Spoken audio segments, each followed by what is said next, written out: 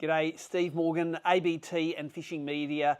We're at Grafton this Friday for Tackle Fridays, and we're in Grafton because the Crush City Bass Australian Open starts tomorrow. It's on Saturday and Sunday, two-day event.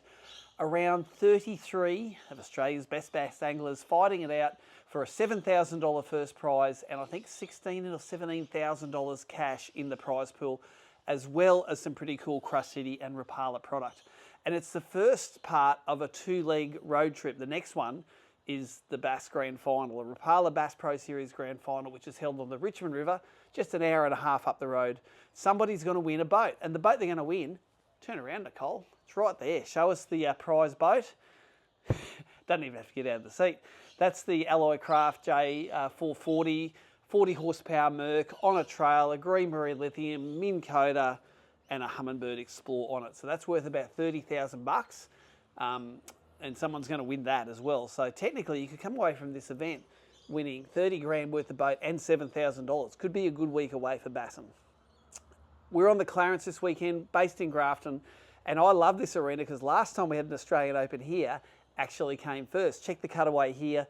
This is a cutaway of, well, I call it the winning fish. It was the biggest fish I caught on the second day. It was way up the top of the Esk River, which is about an 80 or 90 kilometre run by water. And one thing I can tell you is that is not going to happen this year. Whoever the idiots are that worked out the tournament, put the tides totally opposite, and I could get into the Esk River in the morning, but there is literally no way I'm going to get out with a really low tide, which is happening mid to late session. So I've had to go, and that plan's out the window. I'm under plan B, C, and D. And I think it's about time that I showed you what's on the end of my rods after the end of practice day. Now, today was a pretty nasty sort of day. It was windy. Check out this shot here of the radar. That's Grafton getting absolutely hammered by rain. I reckon we got an inch and a half of rain maybe in the last 6 or 8 hours. Pretty miserable on the water. A lot of guys are off the water pretty early, but I did learn a few things in practice, and I'll sort of take you through them here. I divided into two sort of baits. I've got my sort of chucking and winding baits, and I've got my sniping baits because, believe it or not, I have found a couple of patches of fish where I can see them on the forward-facing sonar.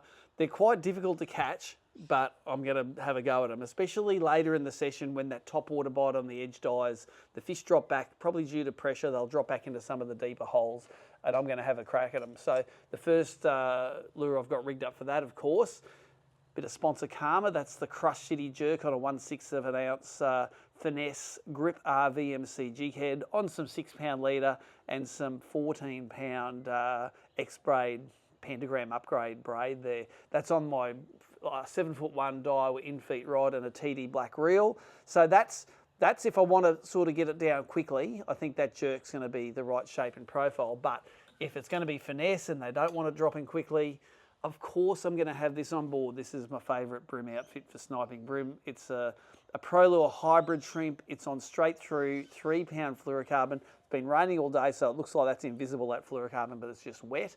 That's on the 7'5" in feet. So I've talked about that a lot before in Tackle Friday. So that's my sniping gear for when I go live sonar. But I didn't come here to fish live sonar. I came here to catch them on the edge on topwater and cranks and all sorts of cool things. So I did catch a few fish today on this, and this I'm pretty sure nearly everyone in the field is going to have one of these tied on. This is a Daiwa Kicker Curly Frog. They make these in two sizes. This is the smaller of the two, which is rigged with a 1/0 hook in there, and that hook actually sits down to make this quite weedless. So you can skip that into the edges. Bass absolutely pounded. If you ever had a Kicker Curly Frog bite, you've got no input into it. You just wind it across the surface and it's gone. And the hookup rate's really, really good. So I actually had a big one and a small one. I lost my big one actually. I had an FG knot fail, either come undone or broke at the knot or something. Anyway, I've lost my big one. I'm going to have to re-rig that on the Omen rod. That one there's on a Daiwa Revelry there. It's on some 10-pound leader, and it's ready to go. So I've got another one of those Omen rods. This is it's either a light or a medium light. I think this is a medium light. So I've got two Omen 6'8" medium light rods, both with the TD blacks on them. Sorry, TD black on that one, Revelry on that one. So that's going to be the topwater thing. And I'm going to throw the topwater as much as I can tomorrow because I think early in the morning is a good topwater bite, but in this joint, It's going to be a topwater bite sort of all day. The water temp today was about 24, 25. It's going to get up a bit tomorrow if there's a fair bit of sun around. Now, the revelation for me today is, you know how I love my big fluorescent crankbaits? Well, Timmy found that in the cleanup at Rapala and said, take one of those and give it a go. This one is called a 13 fishing scamp. That's the box it came out of. It's a black and white box. It's like the 13 fishing jabberjaw, except it's got a fixed bill. It's a black fixed bill, square bill, but it hasn't got the moving bill in it, so it's less complicated than the jabberjaw. And to be honest, I think it's borderline too big for bass, but I caught bass on that today that was only 2 or 3 times the size of the lure. One of the good things is about these baits is they're cheap. Now, Timmy tells me there's going to be some special coming up on Black Friday where these things are going to be obscenely cheap. But for me, they've got the mustard KVD trebles on them. There's like $4 or $5 worth of trebles on this lure, so it's already got great trebles straight out of the box. Tie them straight on. They're really buoyant. They're heavy enough to cast a long way. On this 13 fishing Fate rod and the TX2 reel, this thing is an absolute pleasure to cast. It's like a shallow diving version of the golf ball that I normally throw. So that'll get a bit of airtime tomorrow. Now, the 2 weirder things that I was throwing today, in the clear water, I reckon the Clarence has got a lot of Richmond River herrings in it. Clupius richmondi is the bait, is the scientific name of the bait. And this is about the size that they are. So I always like trying to tie a little glide bait on. It's got those pink lines up the back. I think this is a little depth, this one, a little depth slide swimmer.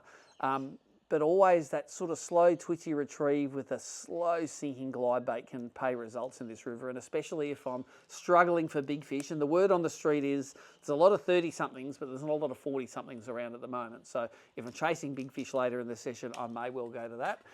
And this is some of my learnings from Wivenhoe. When I was sniping with a jerk in Wivenhoe, it wasn't enough action on it to interest the fish. Like, as soon as they saw it, they'd go it, but you'd have to nearly hit them on the head to get them interested.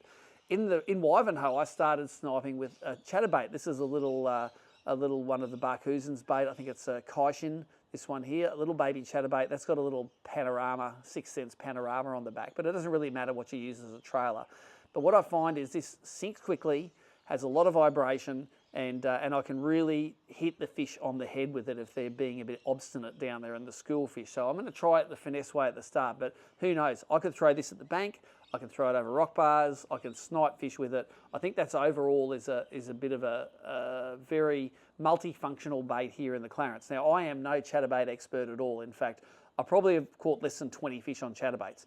About 2 months ago, I would have said I've only caught 5 fish on chatterbait. So I'm finding uses for that bladed jig. I'm still not confident enough to use a big one, but that little micro one there, super duper. Little bit of a recap of the pre-fish. I did fish the Coles Stream a little bit, fish the main river a little bit, fish the South Arm a little bit. I went to the reef at Maclean. First cast, caught a bream. I thought, well, that's as expected. This river hasn't got enough fresh water flowing down it to have all the bass sitting that far down the river. I did try to get in the escalator in the day. I took the boat down to back channel to try and put the boat in. The tide was so low, I couldn't even get the boat off the trailer. So the esk is out, something else is in. I'll try to go live tomorrow, and I might see you then on my YouTube channel.